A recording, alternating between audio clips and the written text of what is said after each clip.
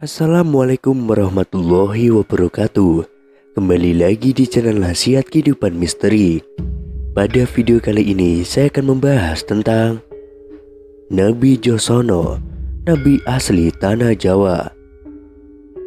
Islam merupakan agama dengan standar akal dan logika yang ketat. Ini formula ajaran baru yang memadukan kaidah metafisika dalam balutan fisika dasar penciptaan jagat raya beserta isinya.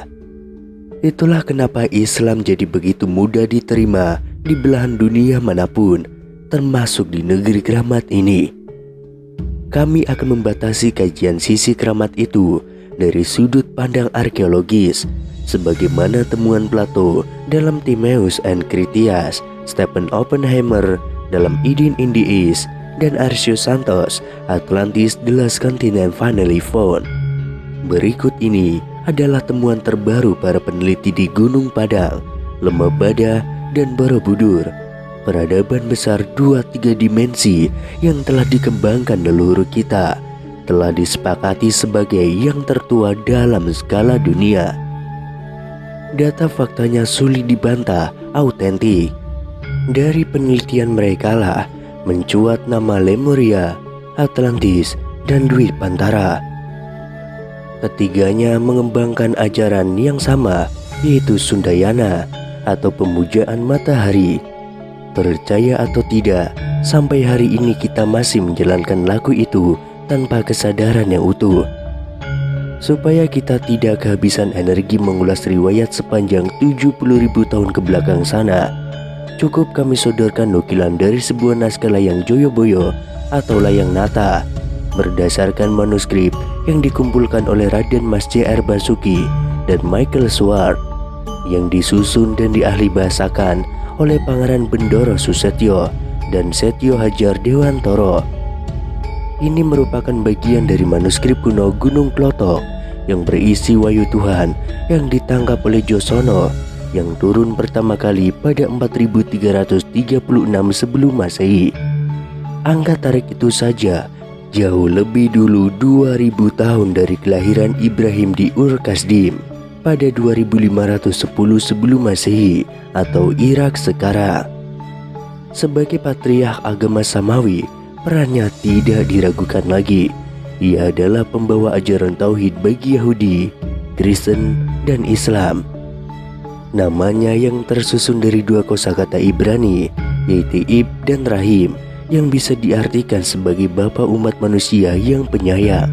Menjadi wajar bila kemudian tiga agama samawi itu mempunyai kesamaan visi dalam ajarannya. Sebentar kita tinggalkan Ibrahim di Ur, kini kita menuju ke Mekah dan Madinah yang menjadi epicentrum ajaran Nabi Muhammad bin Abdullah. Islam yang ia bawa mendarat di sini nyaris sezaman dengan kehadirannya di dua kota suci itu, yaitu abad ke-6 Masehi. Mengacu pada visi besar Josono di atas, artinya kemapanan ajaran Sundayana kemudian mengalami perkawinan silang atau malah tergerus. Bagaimana cara membuktikannya? Mudah sekali. Dengan memahami laku keberagamaan dan kehidupan kita hari ini masih dogmatis dan doktriner ataupun sebaliknya. Bentuk perkawinan mesra tersebut dapat kita temukan pada ajaran kaum sufi atau tasawuf atau teosofi. Semisal Syekh Al-Akbar Muhyiddin bin Ibnu Arabi dan Maulana Jalaluddin Rumi. Dua mistikus besar Islam ini terkenal dengan teori emanasinya yang menyertakan matahari sebagai simbol puncak ketuhanan. Ajaran mereka selalu dikaitkan dengan Quran Surat Nur yang berbunyi, Allah pemberi cahaya kepada langit dan bumi. Ibnu Arabi menamakan teorinya ini dengan Wahdatul Wujud. Syekh Bukhari pun yang menganut ajaran itu dan masuk ke negeri Khatulistiwa menerangkannya dalam kitab Martabat 7, sama membahas perkara cahaya dan matahari. Sekarang mari kita kembali kepada Josono, sosok Romo Agung yang menyerap limpahan wahyu dan mencatatnya dalam kitab Layang Swara Dana 1 yang artinya berbunyi, ada yang menjadikan tanah pengingat Jawa beserta segala isinya yang dijuluki Gusti. Dialah Gusti yang merupakan permulaan hidup, menjadi permulaan aturan kehidupan tanah pengingat Jawa. Dari keadaan yang gelap, seketika itu Gusti merubahnya menjadi terang dan nyata. Apa yang Gusti ucapkan bertumbuh. Jawa yang dimaksud dalam teks itu jelas bukan sekedar suku atau pulau dalam terminologi kita sekarang ini. Jika kita memahaminya berdasarkan pendekatan sastra Jendra Hayuningrat Pangruating Diu atau ajaran keindahan semesta untuk mengeruat keangkaran diri, maka Jawa bisa dimaknai sebagai laku hurip nan suwung, kosong dari segala yang bukan dia. Jadi tanah Jawa adalah tempat terbaik bagi manusia untuk mengolah dirinya bersama Sang Hyang Tunggal. Nukilan dari wahyu di atas berkenaan dengan semesta raya dan isinya.